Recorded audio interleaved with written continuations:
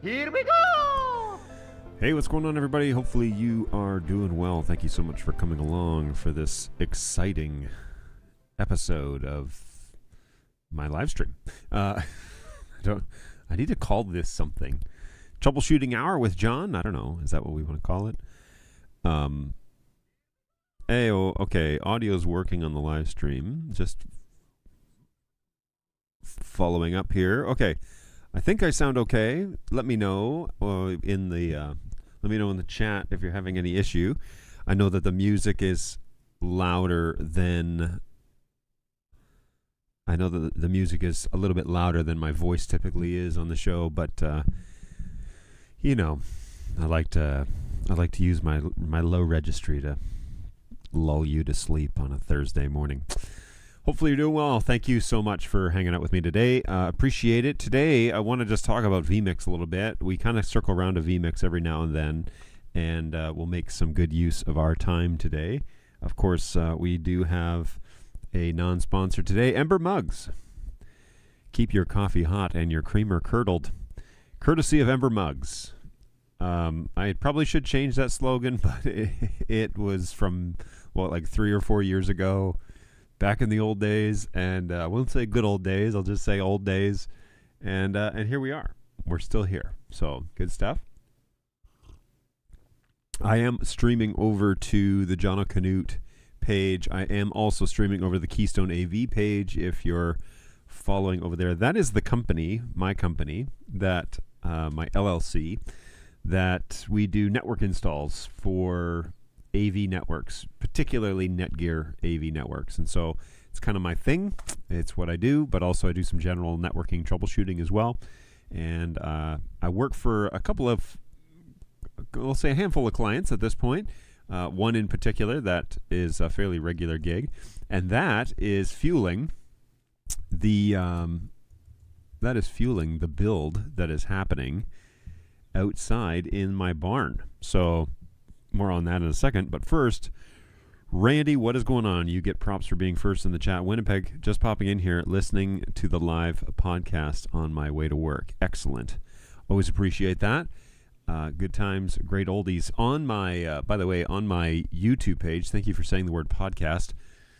On my YouTube page, there is now a playlist from last week's show about Dante Controller, and we are doing some kind of advanced tips and whatever for Dante Controller if you're into the Dante world, audio world. And so there's a playlist there that's just now the highlights, the hits. It's probably 5 minutes worth of videos. So I distilled that whole hour and a half, 2 hour show down to about 5 minutes worth of video. And you can just go to the YouTube page, click on the playlists. It's actually listed as a podcast, which is an algorithm that YouTube is trying out, and we use it on another page that I manage. So I thought I'd give it a try here and see what happens. But yeah, that list is now put together and should be completely uploaded. I try and upload everything between shows, and so from last week's show, everything should be now uploaded that I edited out. So yeah, we shall see if that gets any traction. But there it is. This nice, easy little videos for you to consume. Should be fairly straightforward. I was working on a little this little thing here on the screen, so I do need to encourage you to subscribe to the show. That just helps me out greatly. My Bird Dog John channel, which was separate from the Bird Dog channel, is almost at 1,000 subscribers, and no content has been produced on there for over 2 years. So I need to ask you, if you haven't done so already, to subscribe. If you're watching, that'd be great. But those of you who are in the chat, I know, have already subscribed, because that's how you get access to subscribing in the chat. You have to be subscribed for 5 minutes, and then you can talk. Hey, New Jersey here too. Good morning. What's going on, Stephen? Always a pleasure to see you. Thank you for stopping on by as usual. Nice to have you guys on board. Good times.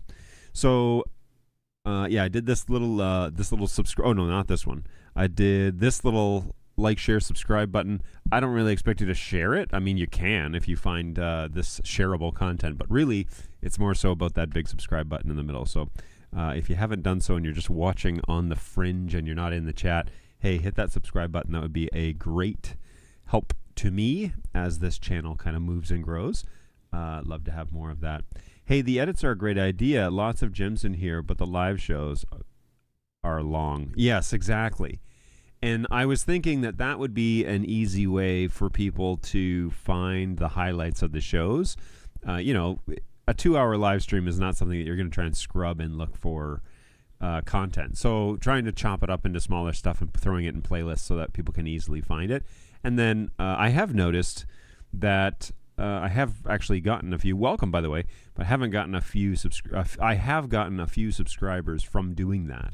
So it's not all about the subscriptions, but it certainly is helpful and motivating to see that people are interested. And so if that stuff is useful, then great. I'm glad to provide that.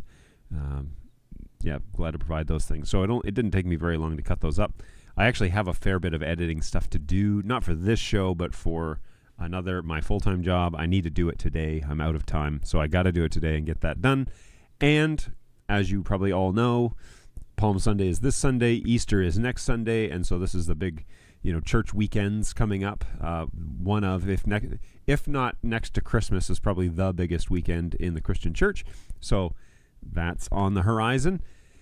And I work for a church, so we don't go like crazy like some productions do, but I do need to do some new transitions and a few things that are not necessarily in my wheelhouse, and so I'm going to have to invest a little bit of time in getting that done before doing any of the other things that I need to get done around here, because, as they say, Sunday is a-comin'. So, good times, really useful.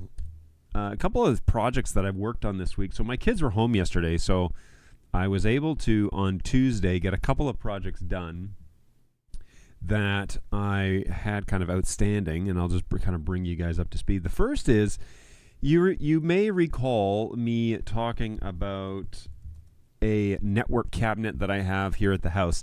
It is not an official network cabinet by any means.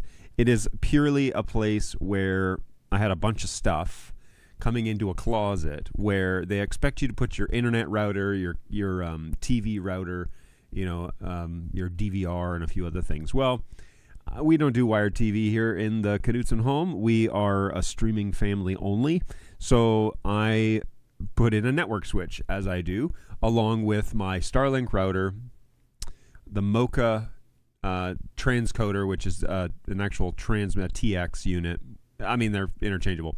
TX unit that then sends out to a splitter and then goes to the other rooms in the house, which gives me hardline internet. And I was able to get all of that kind of squared away here. So this is that. Let me show up here.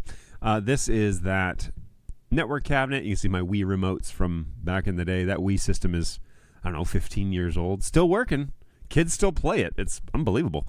But anyway, so my network cabinet, I bought a little shelf. I bought that Omeda, which we did a show on, that SG3428X switch. And the reason why I bought that is it works with the Omeda ecosystem that I already have, but it has 10 gig SFP plus ports, has 4 of them on the other side, which are now hardlined out to the garage and tested. They do work. So great news. I now have fiber out to the barn. My apologies. Not the garage, the barn. And that's where my office and this studio will eventually move one day. So here is a look at that little very messy network cabinet, but some things have changed since that photo was taken. One is now that whole system is on battery backup, and so when the power goes out, my router does not shut down and restart, and those main switches, and you may have also seen there is a TP-Link ER605 router in there that gives me VPN and a few other options as well, but that is the main brain of the system. This is just a layer 2 switch in the system, but that's going to give me SFP plus connection over to another one of these, which is actually in this rack right here next to the camera, which will all be transported outside into my new office. So those 2 SFP plus ports, which will be single mode fiber, will plug in, and OS2 fiber, and then we'll be off to the races with rock solid 20 gigs with redundancy lag out to that space. Now last week I tested it with a very old SFP switch. This is an old school Netgear switch. Shout out to Netgear from the late 1990s. The GS724T version 3 is this guy.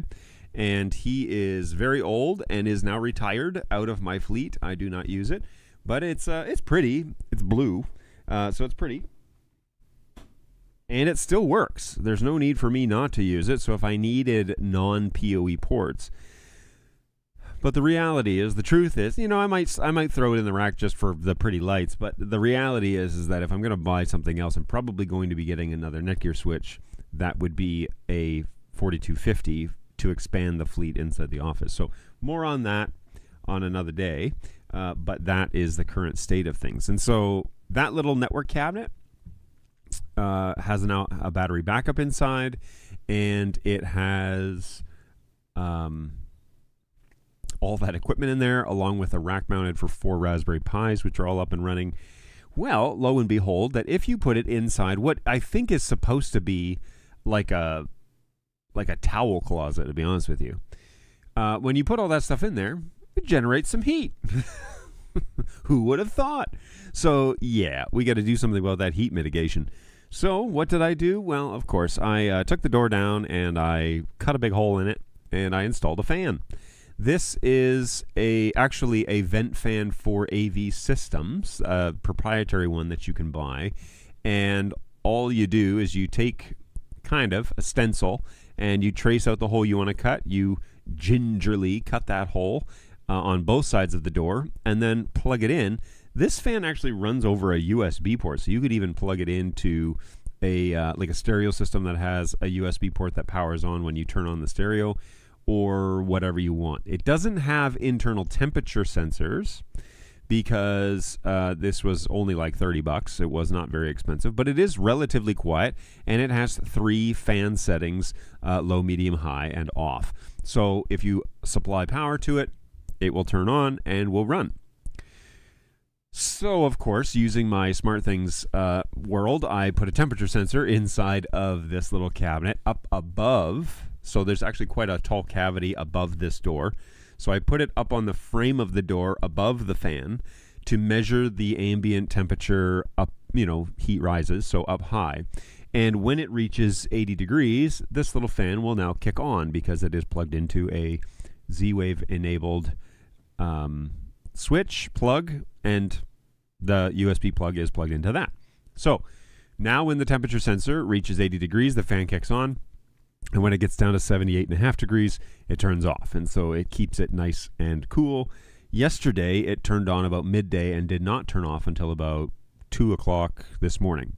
So the next thing that I need to do here is probably put a gasket on the door frame or on the door itself. So when you shut the door, it seals.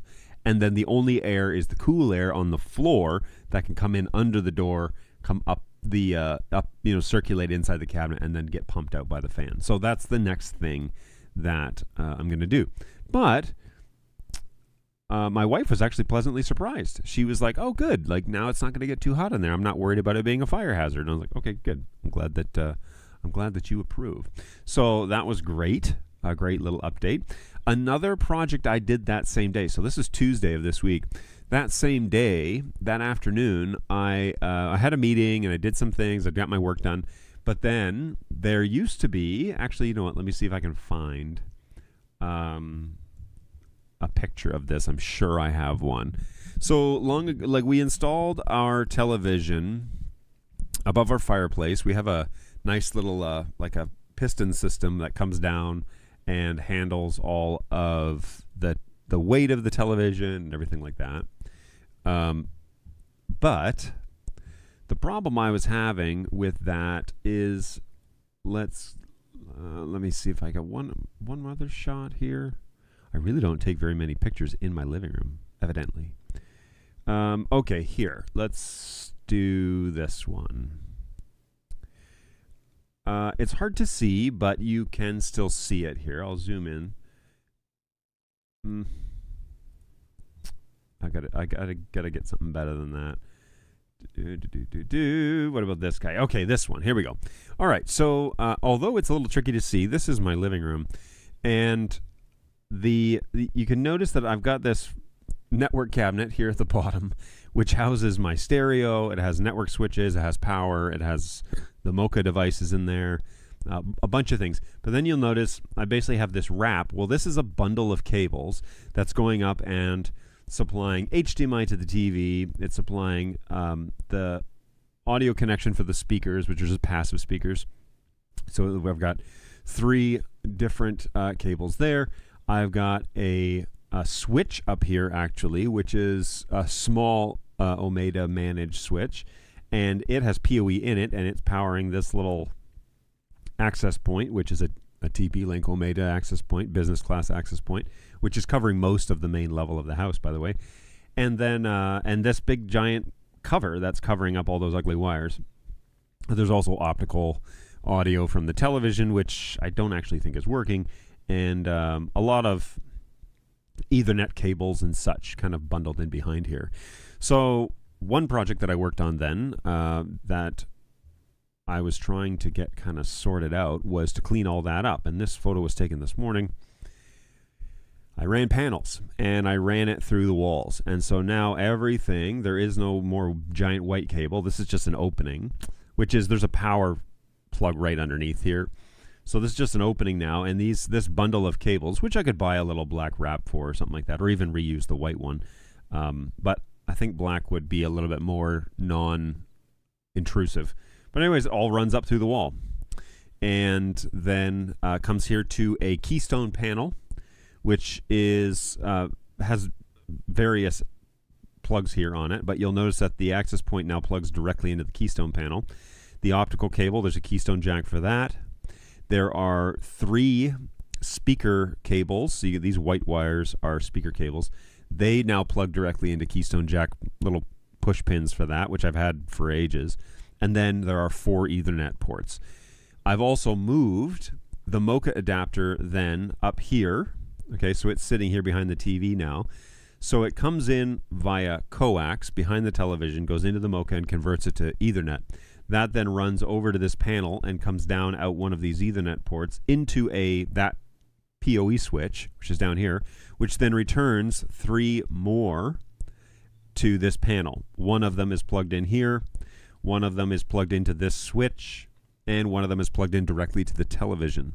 This little dumb switch, unmanaged switch, has SmartThings plugged into it, and it has the Chromecast 4K plugged into it, which has a physical Ethernet port connected to it. So now we're all hardlined. I should have run one more Ethernet cable, but quite frankly, I'm done with this project for now. It created a giant mess and took me the better part of 3 hours to do. So I'm happy it's done. I'm happy that bundle of wires is gone, and now it's just a matter of cleaning it up behind the television and making it look nice. So that is the latest project in what I was up to recently. This week, trying to get things kind of cleaned up. That was really good that was sorted out. Now, the last thing I want to show you is barn updates. Not much going on in the barn this week, but still something nonetheless. So we'll go here to the photo album called The Barn. And the latest things is basically insulation. I think I showed you guys this last week, but we're getting along with insulation here. And is there... Yeah, okay, so first and foremost is the recording space is getting insulation, but I also put TV backings here on underneath these boxes. And so there is going to be a TV hung between these 2 boxes. You know, the center of it will probably cover these 2. But I want to have it on the studs or on the blocks one way or the other. So I put that in. It's only a single TV, whereas in the actual office space there'll be dual TVs. So I installed that yesterday. You can see my Craig jig drill holes, which makes them uber tight to these studs, and then some insulation went in here. This one's open purely for light, because if I close this off, it's pitch dark in there. Like if I started putting insulation in this hole, and I was like, oh, never mind, I need the light. So I'll do the rest. There's still to the left of this picture still needs to be done. And this is insulation that's going on the exterior wall. So you've got to shimmy it between the interior wall and the exterior wall. And then we're going to be buying more insulation and putting R15 in between these 16-inch studs. So that's pretty neat. And then from here, this is the office space. And so I've started filling in the rest of these studs. Now this one is a little bit longer than 16. And so I'm either going to need to buy, actually I know I'm going to need to buy 24-inch insulation, but it is a little bit wider. So I'm going to have to get 24 inches for the ceiling. So I may put one run there, or I may just stud it out to 16 and call it a day. I don't know. But this is my door into the garage for now until it gets sealed up. So that part has been underway. And then this is the opposite corner by the window, which is, again, more insulations going in. This was done yesterday. You can see the boxes in the ceiling for lights and for a fan and a few things. So that's all coming along. And then yesterday evening or afternoon, 4 o'clock-ish, I was putting in the joists for the ceiling. So that was, this is in the recording studio. So this will actually, I think, have a hat channel in it and then drywall. This is isolated, right? So this is on the frame of this internal structure, but then I'm going to put a hat channel on there and have them isolate again. So more and more and more onward and onward. So it's probably overkill. Actually, I know it's overkill, but the hat channel will run this way, and then I'll have insulation in here as well. So it's coming along. It's, we're moving kind of quick, but it could take me forever to get all this done. So one moment. I just got a message from my wife. Just want to be sure that it's nothing urgent. So yeah, it is kind of coming along. It's nice to kind of get to the place where you can really see the changes happening. I know pictures probably don't do it very, very much justice, but things are moving along and we're making some progress. So I'm almost set for drywall. I'm actually almost set for drywall. I didn't take a picture of this, oddly enough, but the boxes that are in the wall here. Oh, well, here you go. I have been ordering probably $300 worth of soundproofing putty. This is trademark soundproofing, which is a fire-rated sealant for your wall penetrations, in particular your boxes, right? So light switches, power, and low voltage. Well, what these are putty pads, which are extremely sticky, made by Trademark Soundproofing, and there's 10 in a box, or you can buy them in packs of 3. I've used 10 so far, and now I am, and you can kind of see them here.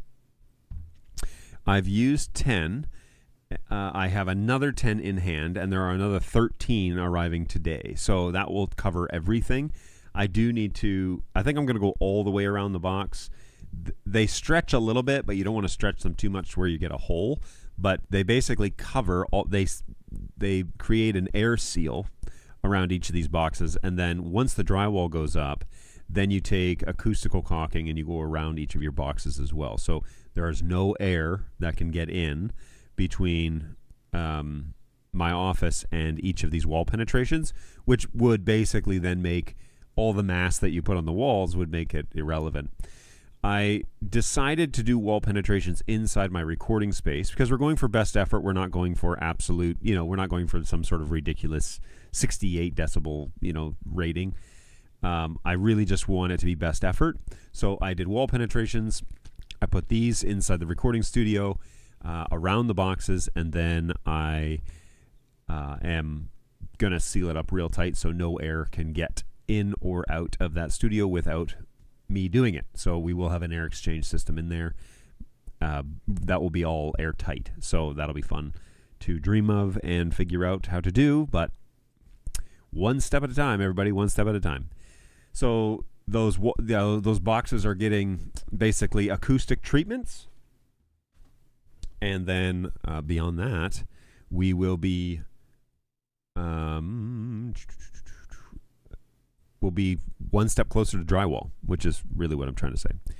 hey, how many days per week do you get to spend on these projects?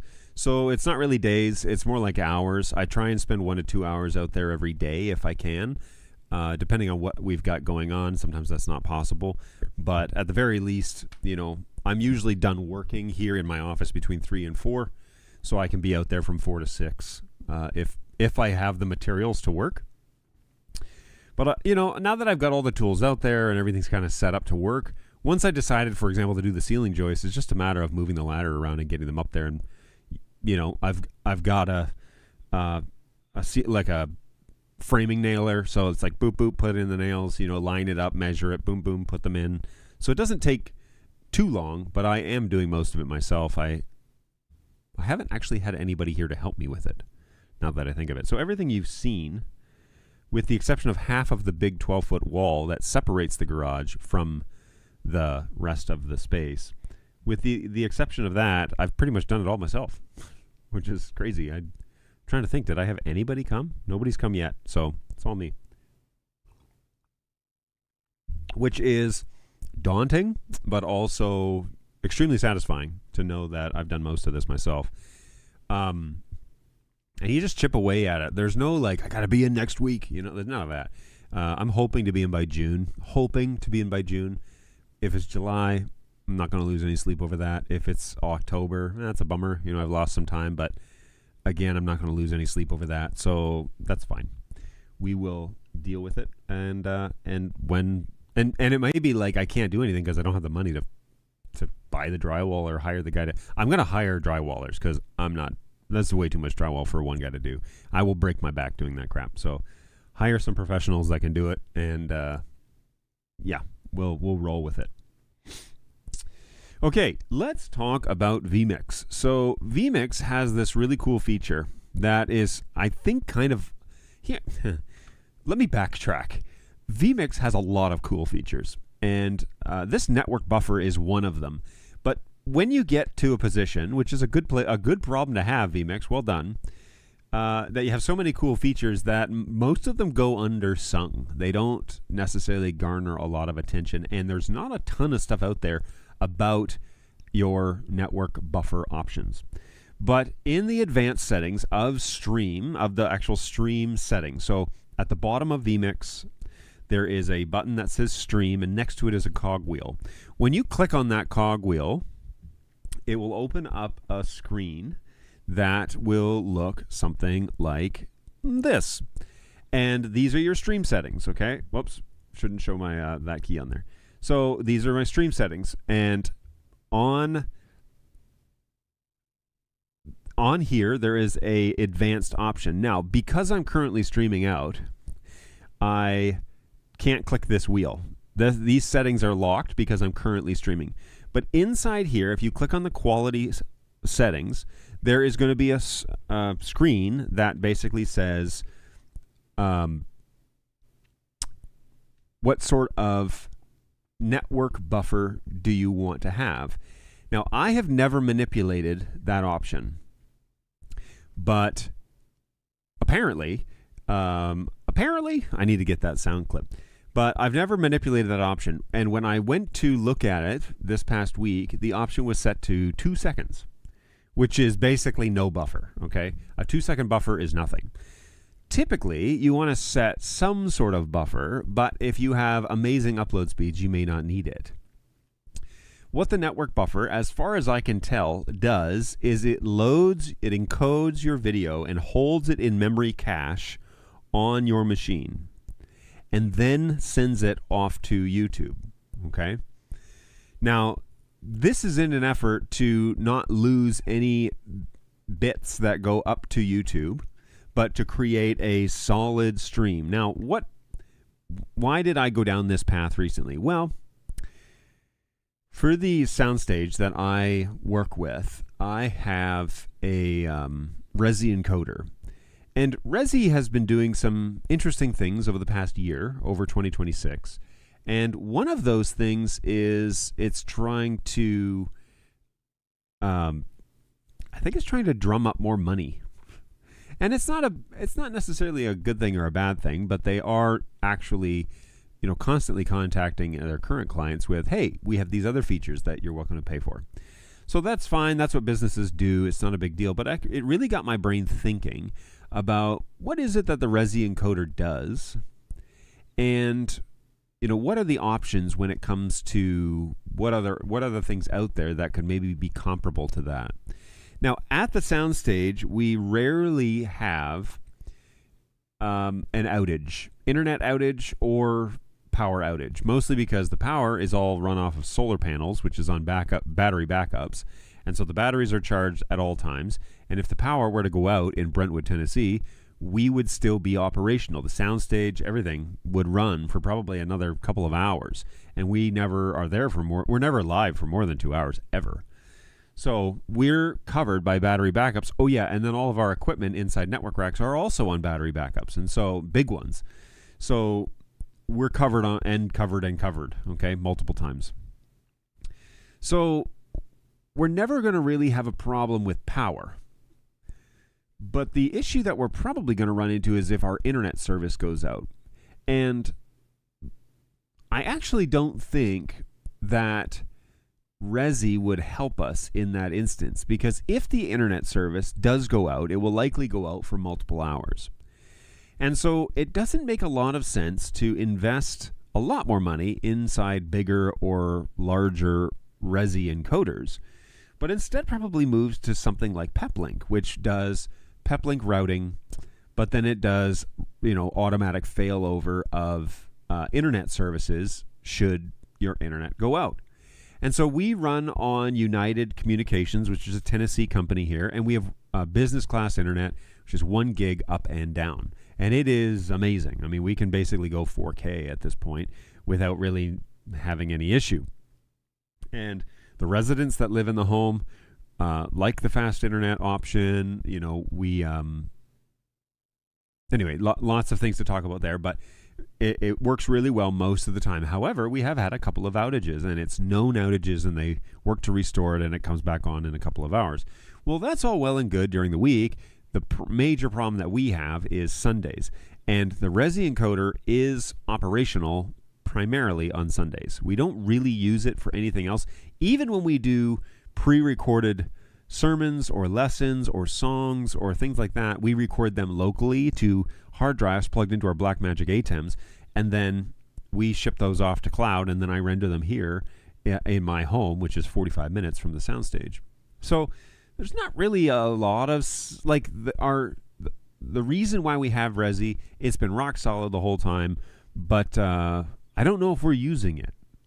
You know what I mean? Like it's a product that we have that I'm not entirely sure we're using, which then sent me down a rabbit hole late last week on Friday about what other options are there out there. And then I stumbled across a feature in vMix called network buffers that basically holds the data local and then ships it up to the cloud. And you're able to basically buffer up to 120 seconds, so 2 minutes, of video locally on your computer before shipping it up, which is what the buffer is on Resi. Now with Resi, it is a resilient code, meaning that you ship it to Resi's cloud service, and then the cloud service is linked to all of your destinations. And so YouTube, if you're on LinkedIn, if you're on X, if you're on all these other places, you are connected that way. And so depending on how many destinations you have, and you need to have, you can send it any of those ways. So then my brain started thinking, well, what is, if we're not really using it, is this something that maybe we could build a machine and run it locally? And then when I found out that, hey, vMix actually has a feature that's similar to this, I started navigating things in my own stream because, as you know, in weeks past, I have had network buffering issues where my stream freezes up, and mostly, we believe, that it's because I'm on Starlink, and Starlink has to switch satellites. I mean, it's a function of the service, and I'm cool with that, but if there's a way for me to fix it on my side of things, yeah, let's do that. Let's test it out here. So today's show is actually on not a 2-second buffer, but a 20-second buffer. And what's really neat about that is I went into YouTube, and it was quite literally 20 seconds delay from the stream that was going on here, like my live stream that's happening on my screen right now inside vMix, to what I was watching on my iPad. It was roughly 20 seconds. And so I'm on a bit of a delay. There's not really much delay then on the YouTube side, which I think is odd, or perhaps the network buffer's not working. I don't know. But I did set it that way inside our stream settings so that it would provide some sort of buffer that's going up to YouTube. So far, so good. And in my research for this, it said if you've noticed inside vMix that your stream button flashes yellow or any of your streams, so I actually streamed 3 places, over to Twitch for some reason, and then to 2 YouTube destinations. If you are streaming to those, if you notice that they're blinking yellow and you know, off and on, and you're getting reports inside YouTube that you have poor stream health and all of that, increasing the network buffer can help that. And so my brain has one roadblock that it is not able to figure out why it would fix it. But bear with me here as I sort through it, and maybe you can explain it to me better than the interwebs have been able to. I now have 20 seconds built into my show that's being stored here, and it's being sent up to YouTube, I guess, in packet succession. I'm not too sure why, if Starlink drops the upload speeds from 20 to 3, why having a buffer at home would be helpful. Because should it not still break my YouTube stream, because YouTube is not building a buffer, it is just taking the packets it's getting and turning it around and sending it out, as I understand it.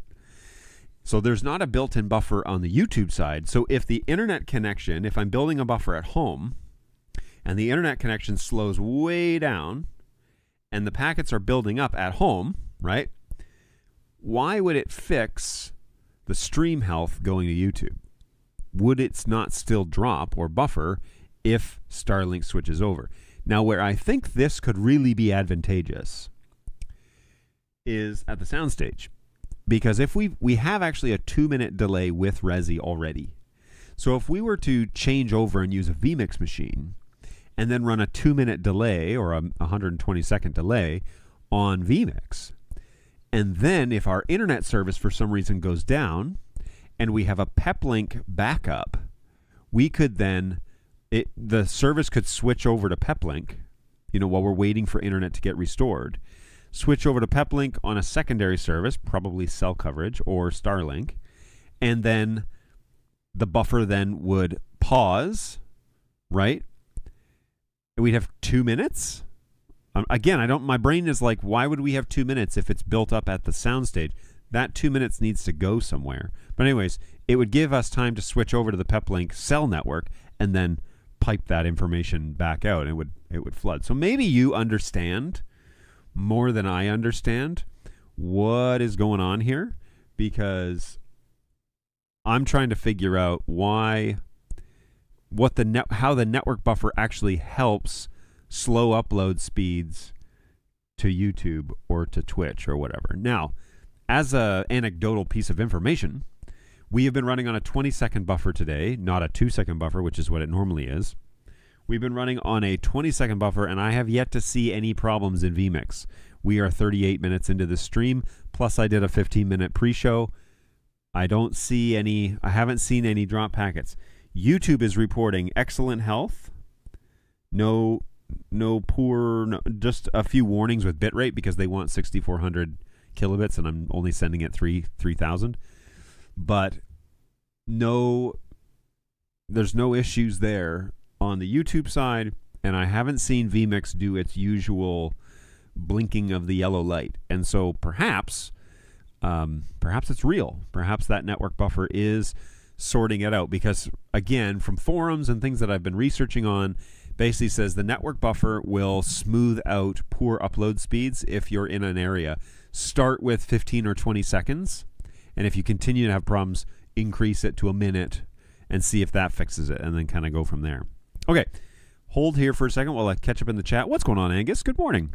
Hopefully you're doing well. Oh, and GoWeb's here as well. All right, whole party's here. What's going on, GoWeb? Greetings from India. Hopefully you're doing well. Thanks for stopping on by. I expect it would still break on the YouTube side, but vMix would give you longer before erroring out. That is, of course, no more than a guess. See, that's my logic is too. So then I thought, what happens if you were to run vMix in the cloud, right?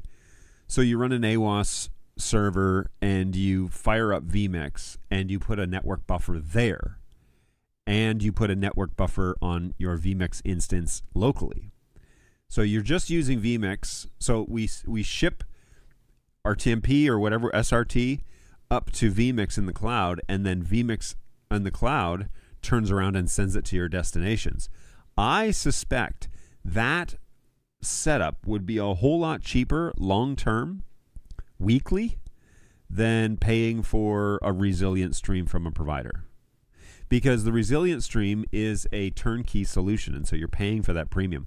But once you get to this level of, thinking the process through, I think you could run dual vMix. You could run, because you get 2 instances per license anyways. So you run one on a server that's in your soundstage, and then you send that stream via RTMP, SRT, whatever you want to do, up to vMix that's running in the cloud with a 1 minute buffer. And then in vMix in the cloud, you do a 1 minute buffer, and then you send that on. And then if your peplink needs to switch over, if you lose connection, you have basically you could have up to 4 minutes if you wanted to create that bumper. So I think it would work. I think in my brain, that is your resilient stream. So as long as you are going from vMix soundstage up to your AWS server and then AWS out to your destinations, I think that would essentially be it. And from what I can tell, it would cost you about $1 a week to run it, for $1 an hour a week to run that instance. So $2 a week for your live stream. So let's just say $10 a month to Amazon services. From what I can tell, if you had a beefy GPU machine up in the cloud, I think that would be pretty great.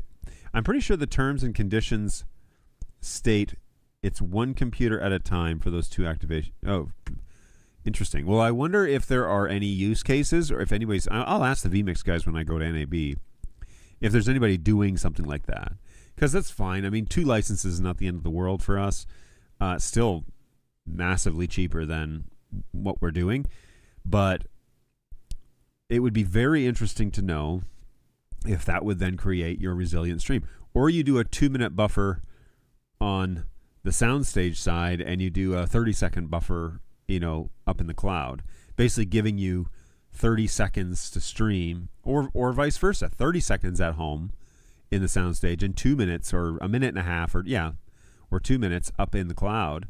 And that way you always have 2 minutes of, as long as you're hitting that AWS server in the east, you'd be good, right? This would be a very interesting project to try and get. Would you even need? You wouldn't even need the pro version of vMix up in the cloud. You could probably use the free version, right? You're just turning around and sending it to encoders. Now, granted, it depends on how many destinations you want to go to. Let's head on over to the vMix website, and we will find out what versions there are. Products, the vMix software.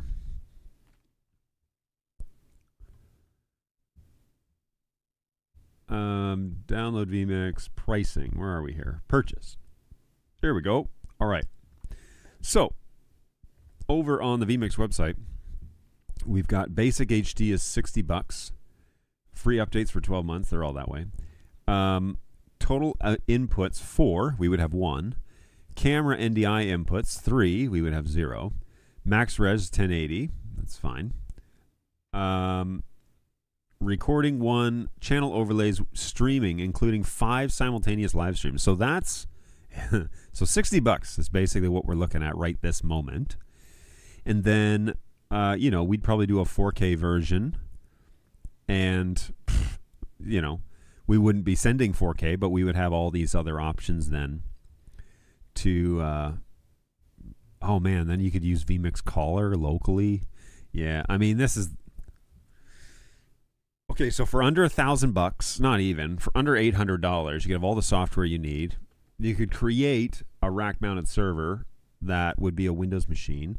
You could probably do that for, I don't know, $3,000 or $4,000, and then unless of course RAM prices are still through the roof, and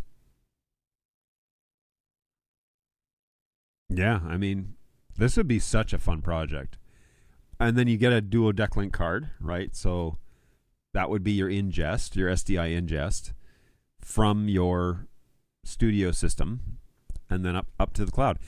The only other thing then is to automate all of this. So you would do that inside Companion, which means that it would auto start the stream from vMix, and it would auto start the stream after 30 seconds or whatever your delay is.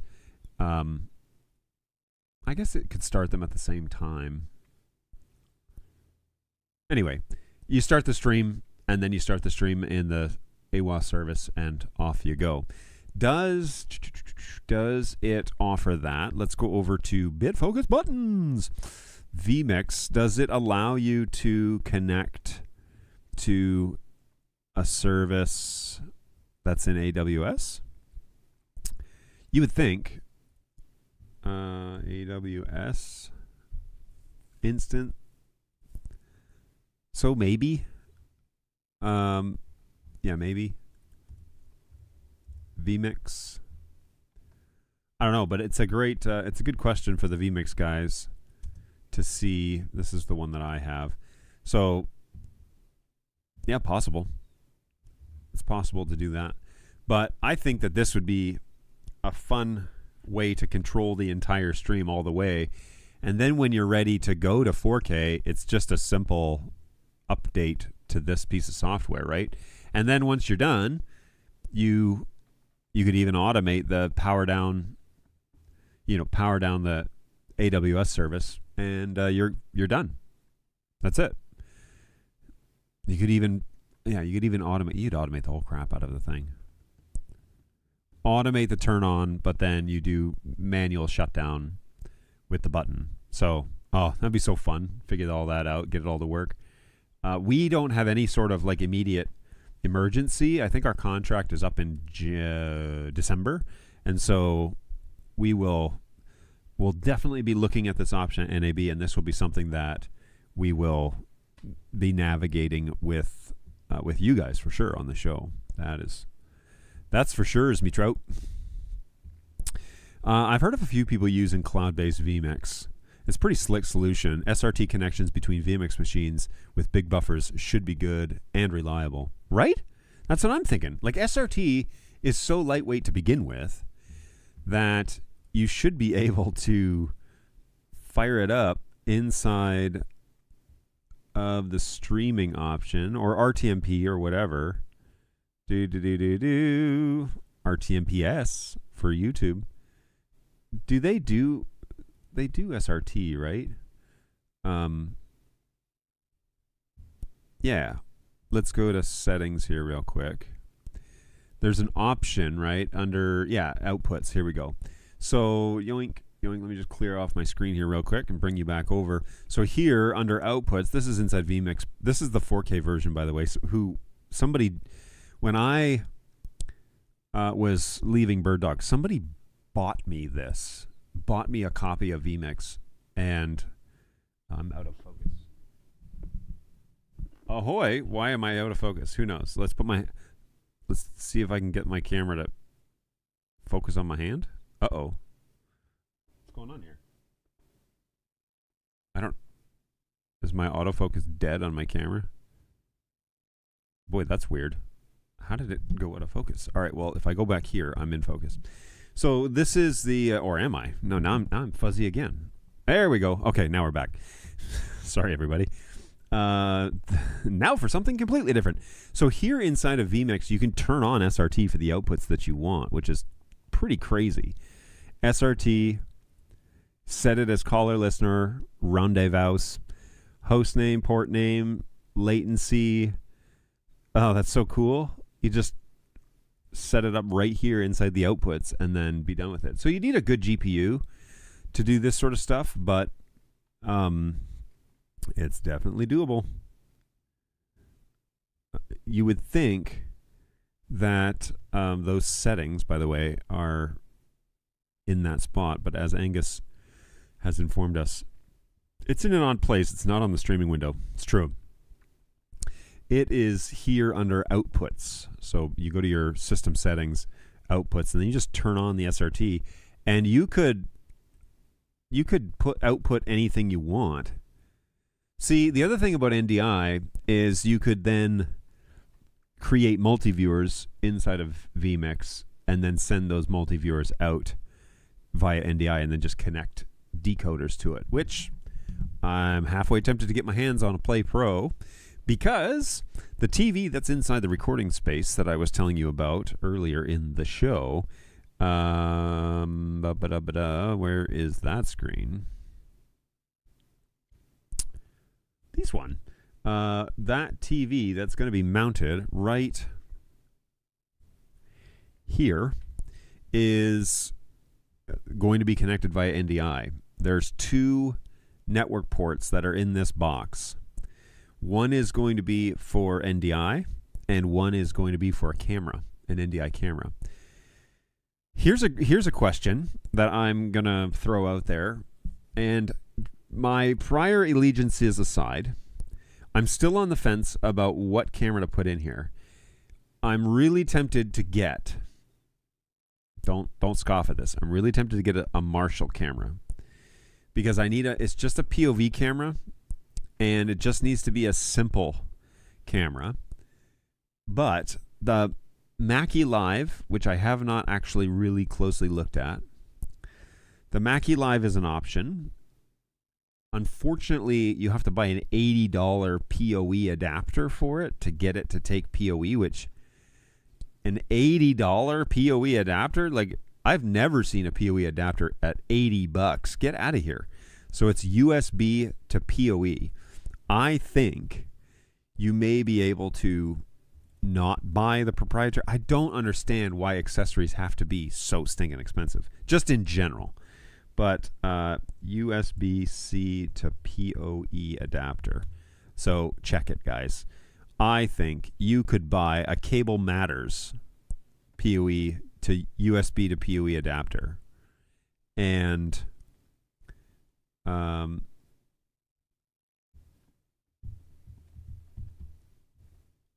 charge that camera for $20. Actually, it says Ethernet adapter with charging port, but still,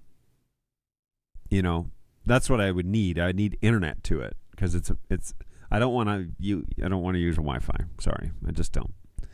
I'm not interested in Wi-Fi, NDI over Wi-Fi. Not interested. I have been working on.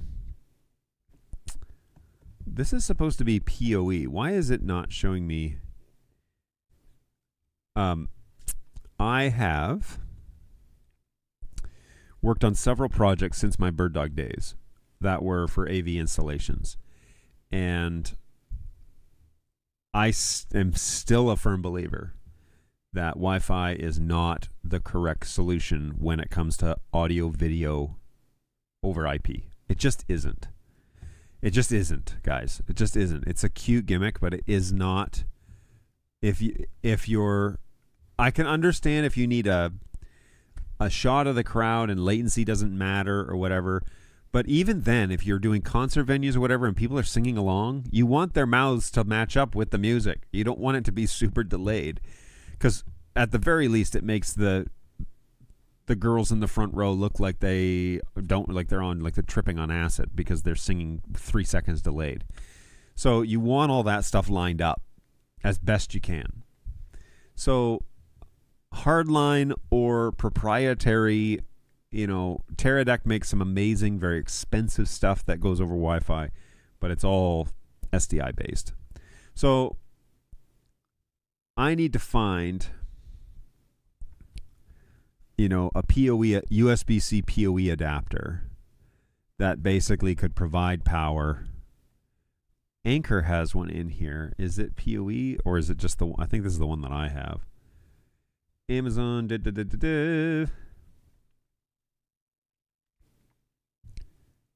Anyways, I don't understand why the accessory needs to be so stinking expensive.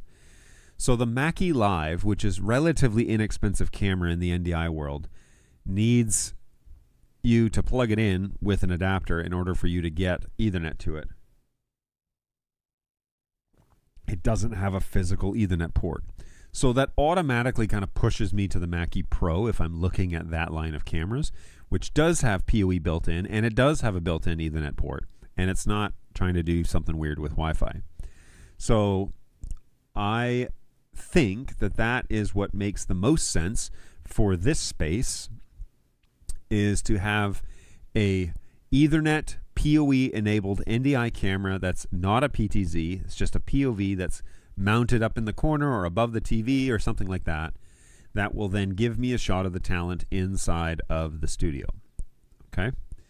And then there's 2 Ethernet jacks there. The TV will be on Wi-Fi, but I'm not planning on streaming Netflix to it at any... there'll be no reason for me to watch TV in here because I'll have 2 larger TVs in the office. And so if I'm going to hardline something, I'm hardlining those televisions, not this one. And then there's power up here as well. So that TV will likely get some sort of NDI decoder. And so far on paper, I've been very impressed with the Play Pro. I actually like it a lot. I think from what I see and what I will see, hope to see at NAB, I did not mean for that to rhyme. What I will see there, I hope that will be a done deal. That I'll be like, yep, this is the decoder that I want.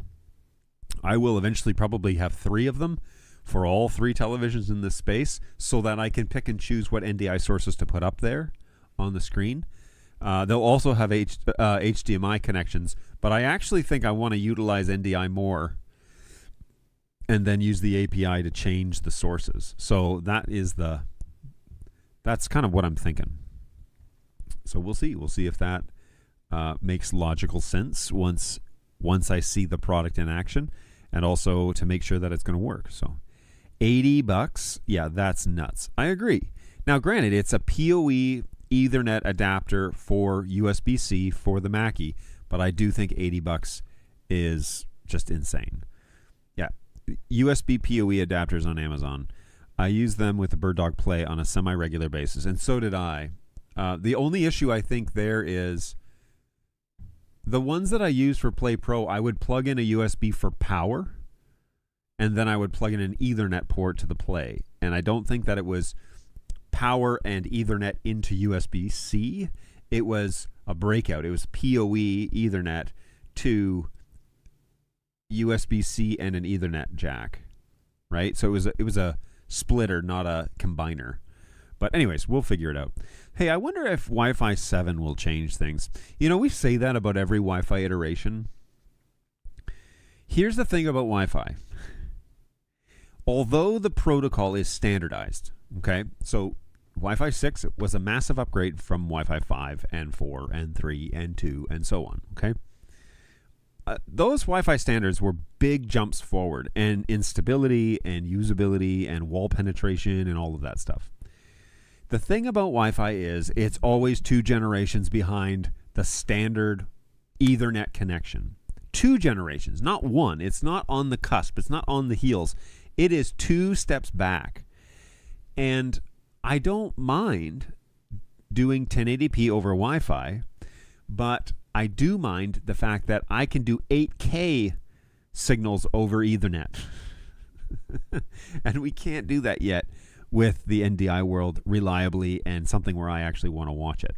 So I don't know. I just don't know. I'm not on board yet with the I'm just not on board yet with video over AV going Wi-Fi unless it's a non-critical, non-used shot. You know, if it's an audience sitting and listening, sure, that doesn't make any difference. Doesn't make much difference. A few seconds delay is not a big problem. But I do find that anything that's live, that's synchronized with what's going on in the room, you can't use it. And to the fact, by the way, these companies that I work with now, I ask them about NDI just because I'm curious as to from an installer stance, and they all just say, you got to mess with the latency stuff, and that's just too much of a headache for us. And that's it. That's the end of the conversation. I'm just not interested because you got to work with the latency. And like, we have a solution that's more expensive, but we know what we're going to get every single time. Adding Wi-Fi into that conversation is like a wild card, because again, the thing that I meant to say here, by the way, Stephen, was the standard is always 2 iterations back in terms of best case scenario with Wi-Fi, but there is no standard practice for installation of Wi-Fi access points that is sanctioned by the Wi-Fi gods, okay? So that means I can install access points in my office to no standard because there isn't one. Meaning that, like, where do access points go? What is the required decibel ratings, on a device before you need to add another access point? How far apart do they need to be? What's best practices? What's the cabling requirements? There's really very little standard, which means that you can put in an access point every 50 feet.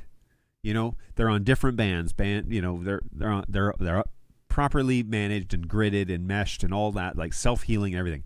And I can put in one in an entire theater, and we both install Wi-Fi.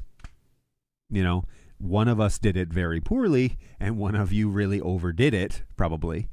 But there's no standard. There's really no, like, this is what the standard is. And until that happens, until the backbone gets standardized, there's really no way then for us to say Wi-Fi enabled devices, operate at this level because we have a standard practice when it comes to Wi-Fi.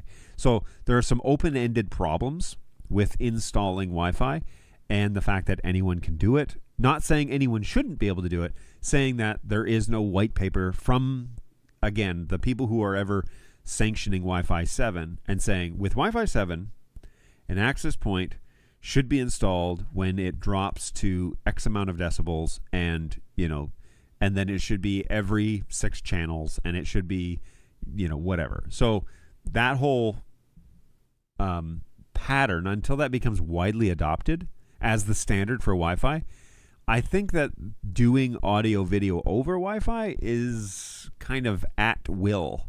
And they're like, well, you could set up your own proprietary Wi-Fi access point that's closed and hidden. And yeah, you can. You can. You can also just plug it in with an Ethernet cable and have 2 generations ahead of Ethernet. So here is a new voice over on YouTube. This is, I'll just say KLIKW2N. Hi. Why does the BirdDog Play decoder lag when receiving a 1080p 50 stream from a BirdDog Studio encoder? All right. So great question. This is I'm going to dust off my NDI knowledge here. Couple of things could be happening. You could be introducing lag at the encode. So we are encoding SDI to NDI on your BirdDog Studio, which, by the way, is the OG encoder of all time.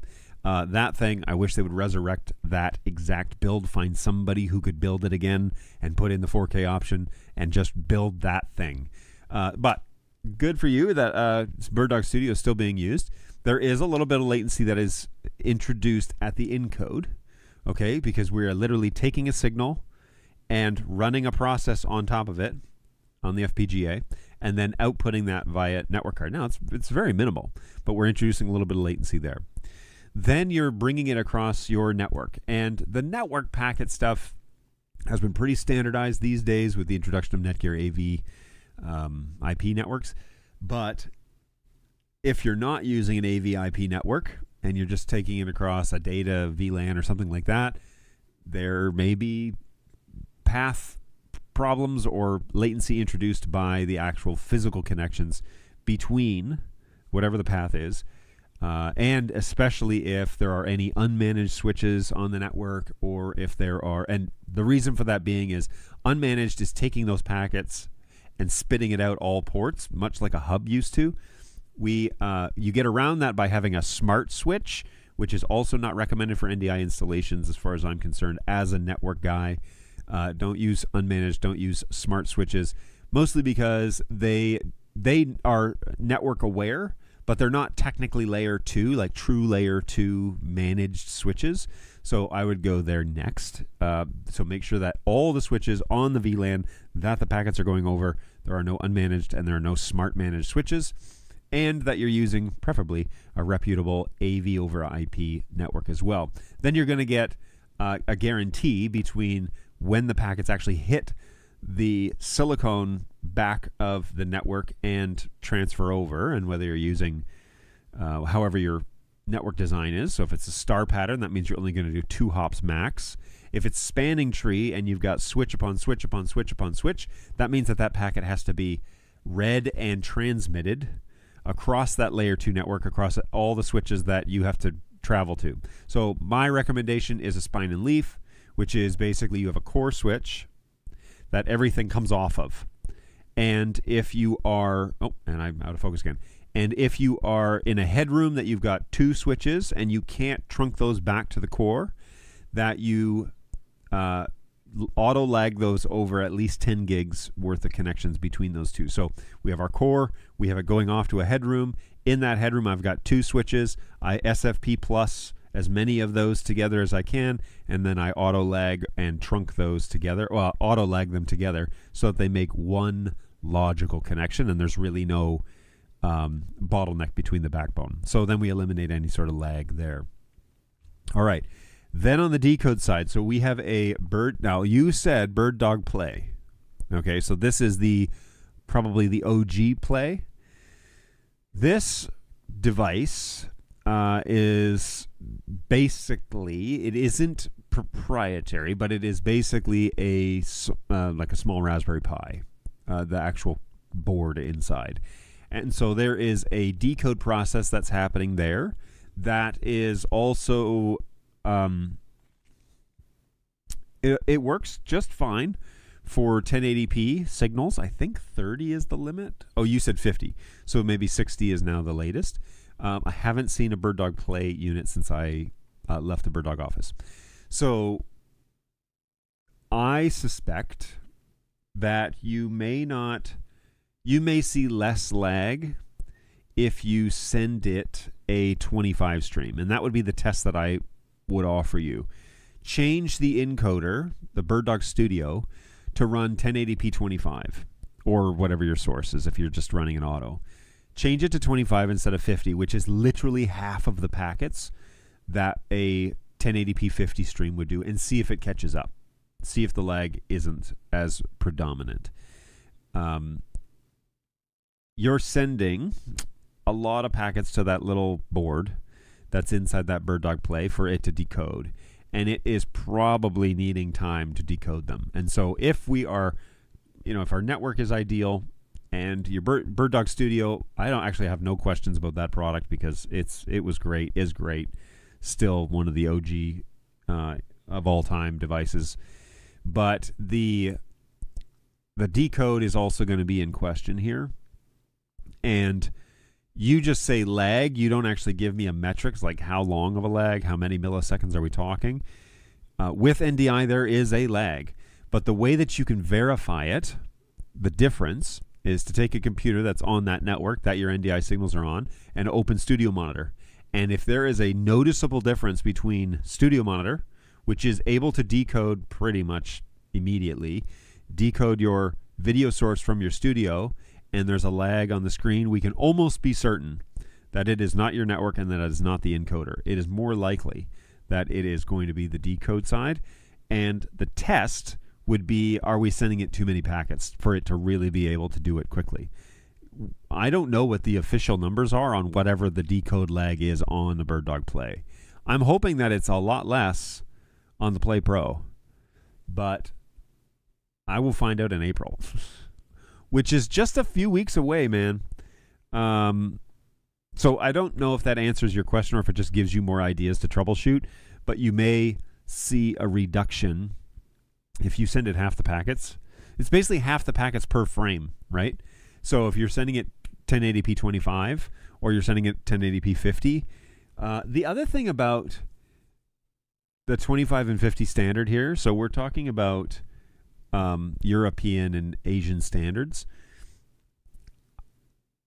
I don't know if this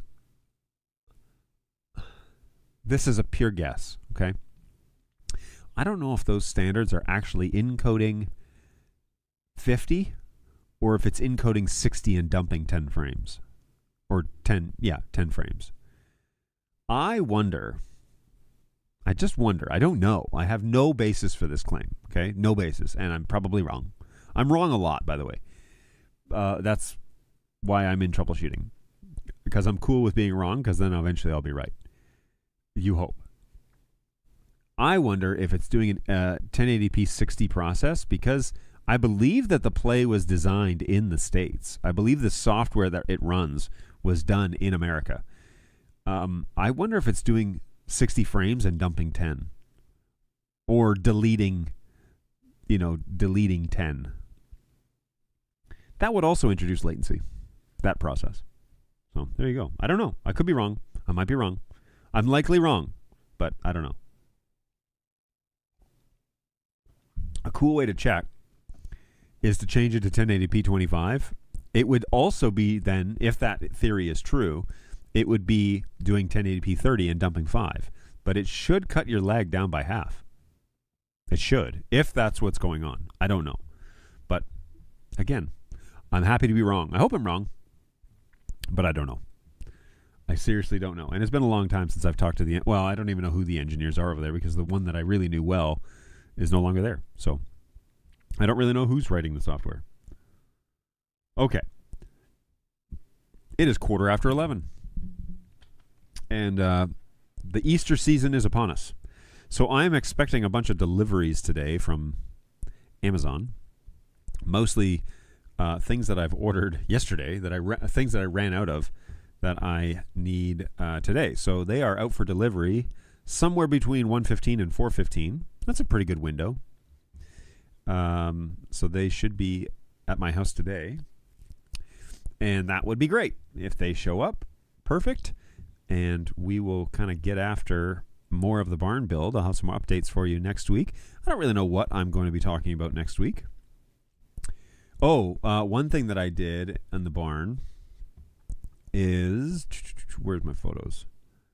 One thing that I did right here is I installed external a switch for a light. Oh, I don't even have a picture of it? Get out of here. I thought I took a picture of it. Maybe I did and I didn't add it to the barn. This one's not in there. So yes, there's a good chance I did not add it to the barn folder.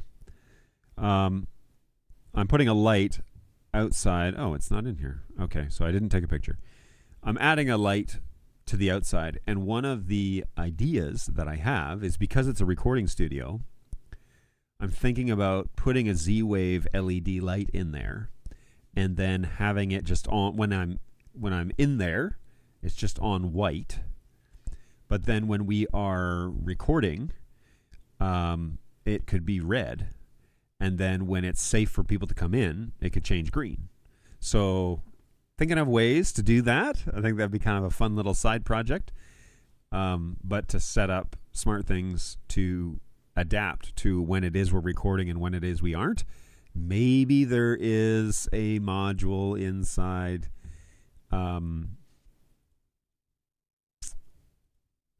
in Companion for what's the program I use now? It's been a while. I keep talking about Ableton.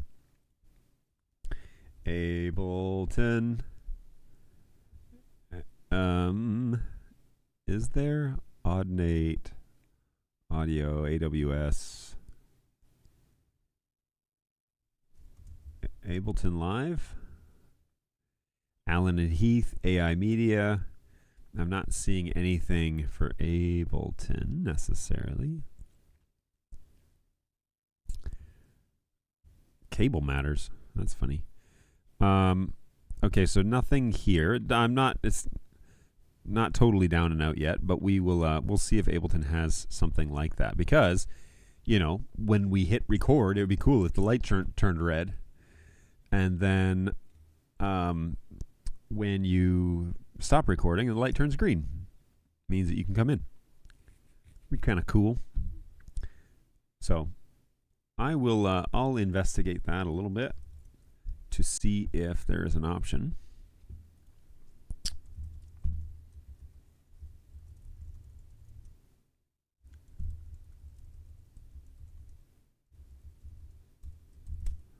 All right. Because also you would think Ableton would have it so you could program your Stream Deck to do stuff, right? Yes, Bitfocus Companion has an official module for Ableton Live, specifically called Ableton OSC. Paste. Ableton OSC. I don't see it.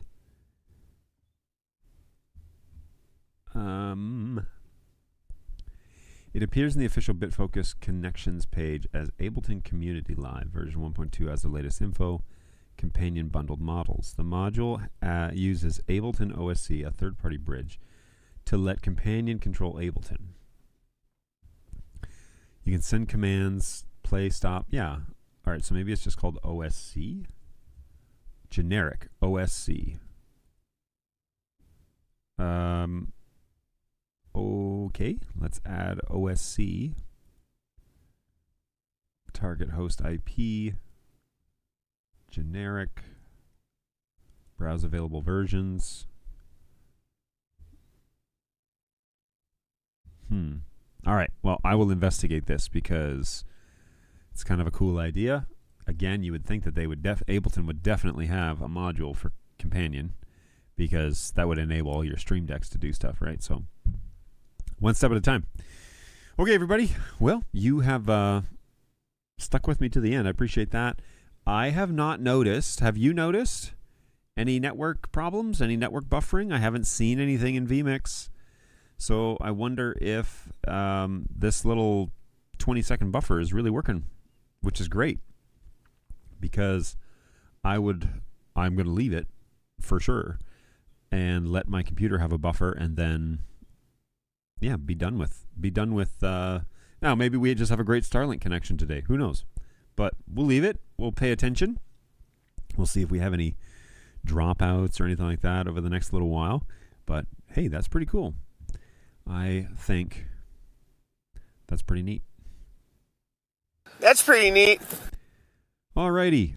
Well, I'm going to get back to work, guys. So have a great week. Thank you for stopping by. I always appreciate you. It's kind of a quick show today, but network buffers, thumbs up so far. Seems to be working for me. And we'll keep testing it out as time goes along. Not entirely sure what next week is going to entail, but we're coming up on NAB. I mean, I think we only have 3 more shows, right, until the NAB show. And then the conference is from the 19th to the 22nd. And today is the 26th of March, which means that we have the 2nd, the 9th, and the 16th. And then, so for sure on the 9th, we need to talk about what we're planning on seeing at NAB. I don't think next week's makes any sense. But then the 16th will be the week before we leave. And then I will be at NAB, and then I'll be back for the 23rd. So we won't miss a show, that's for sure. But I will be trying my best to upload. I'll be uploading the day after.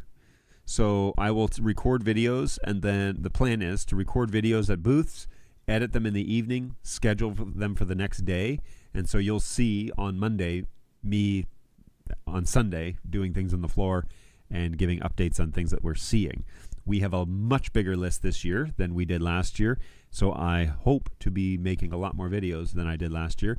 I've also gotten a little bit better with my selfie gimbal, my 360 Flow 2, so I'm hoping that makes it a little bit simpler. I'm not too sure about audio. Last year I brought We could do a whole show on this. Last year I brought a little hip recorder, which I thought was up here. It's a little Zoom F1 recorder that just snaps onto your belt. Super simple. Just hit the record button and off you go.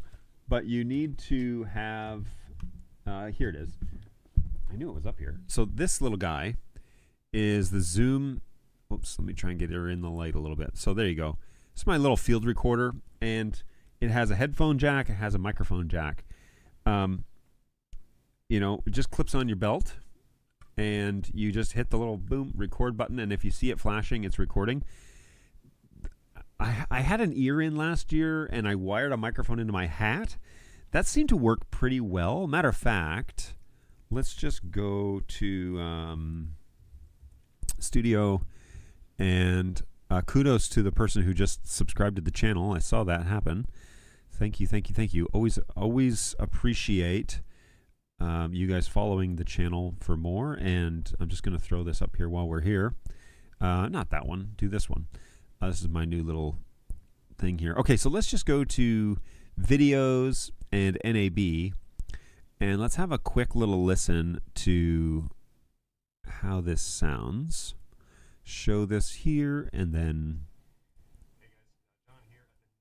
AV booth. Had a chance to talk to both Laurent and to John Hinkle, who are major players back in my Bird Dog days when it came to AV networks.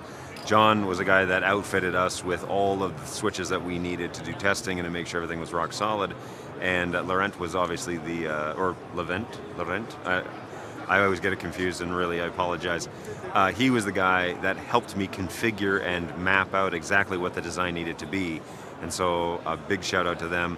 They were big players in my Bird Dog days and still support me in my new position with our AV network, which is a lot. Okay, so you notice here, I'm wearing an ear.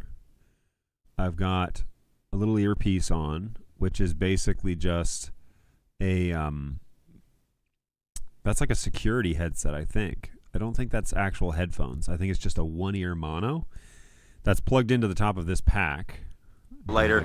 Derpy face. We're probably getting into Dante and a little bit of AV over IP stuff. And it's just a simple little earpiece, which I left in most of the day. Oh my gosh, guys, I'm so sorry. Really great to finally see them again, shake hands, and really kind of make some connections, but also talk about where we're at, where we've been, and also a little shout out to the AV support guys. All right, so you can see my earpiece here, which is just a little tiny thing, just for monitoring, essentially. And that piece might even still be up here, but it was pretty simple, and I could clip it onto my shirt so it would never like fall down, and it was just one earpiece. So that was pretty easy, like pretty simple stuff, but it was like one more wire. You had to like make sure. So this was clipped on full time onto my belt, and it just runs off of batteries, which is nice. You can also run it off of a power bank. Oh, you know what? It wasn't clipped on my belt. I'm wearing a bag. That's what it was. So this bag here is a side bag that had my camera stuff in it. And the question is, do I want to do the side bag again, which kept me pretty light and versatile, but it, a backpack might be easier. I don't know. Everybody's got backpacks at this show, so maybe not. Some of the best, if not the best, in the AV industry when it came to supporting this year. I don't see any other AV networks here, a bit further off the beaten track. This is they have their whole team here. It seems like they're pretty serious about their presence this year. I don't see any other AV networks here at NAB, and so I just want to, for making it a priority. The video looks pretty good. It was pretty fast. And you can get the whole booth in the background. I did one little B-roll, which I think I'll do more of, because it's better than looking at me the whole time. Shout out to them. They were big players in my Bird Dog days and still support me in my... let's head on over to the next booth. Anyway, so yeah, there's lots of fun stuff to kind of navigate through, I guess, is what I want to say there. So... The sound quality is pretty good. You know, I had it taped into my hat, and it was a black hat, and so I just ran it around, and it ran down my back and then down into this recorder. And so I feel like that was a good rig, and it was one that I could wear all day. You know, wear it on my hat. I don't have to worry about, even if I interviewed people, which I don't think I did. Do I have any interviews? No, I didn't do any interviews. So I'm going to just stick with that, I think. And so on the 16th, we will build the wearables for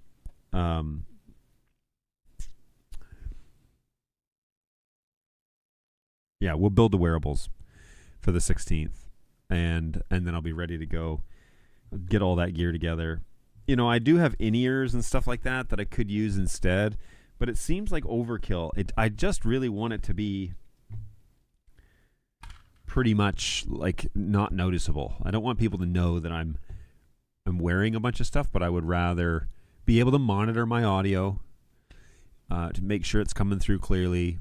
And then the nice thing about that is if it's monitored, then it doesn't even matter if you're wearing the ear. You know, if it's on, it's on. The reason why I wore that backpack, though, is because I had battery banks. I had a couple of battery banks. And so if the camera started dying, I could charge it. Or if my phone started dying, I could charge it. I'm definitely doing that again this year. So I think I will need some sort of bag. Maybe I'll use that camera bag, but not take my giant camera, did I do that last year? I remember when I got there to NAB, all my stuff had been left out in the rain, and they had put my rolly bag under the plane. And so, yeah, it all got soaked, and it stunk. But I showed up and I hung up all my clothes and I went to dinner. Hey, of course that means that the chat is delayed. It is delayed. However, not as bad as you think. Well, I mean, yeah, the chat is delayed, yes. But it was about this anyways before. So I'm not too, that you said that 9 minutes ago. I'm not too worried about the chat necessarily being like totally in sync all the time. But what was I doing? Oh, I know what it was. Let me just grab this photo real quick. So last year, albums. I think I've got an album in here called NAB Stuff. Christmas. It's a long time ago. Here we go. NAB shows. This is last year's. So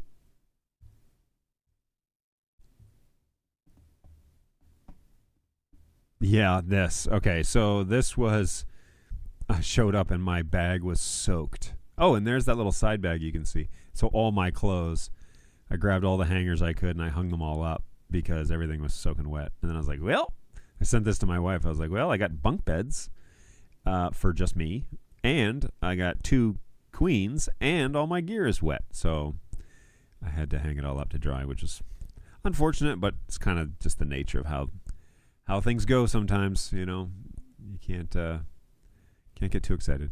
I mean, with this show, the chat is always sort of late. Maybe. It's not too bad, though. All right. I'm going to sign off. I hope you guys are doing well. Thank you so much for stopping by. Be sure to go ahead and hit that subscribe button if you're just watching. Always helps me out big time. Just letting me know who's paying attention and helps YouTube know, hey, this guy's actually doing stuff. So, good times, great oldies. But be well, take care of yourselves, and we will see you guys in the next one, which will be next Thursday. That's the plan. And pay attention to the YouTube announcements. I will try and put the show up mid-next week to let you know what we're going to talk about. So take care of yourselves, take care of each other, and I will see you all in the next one. Bye, guys.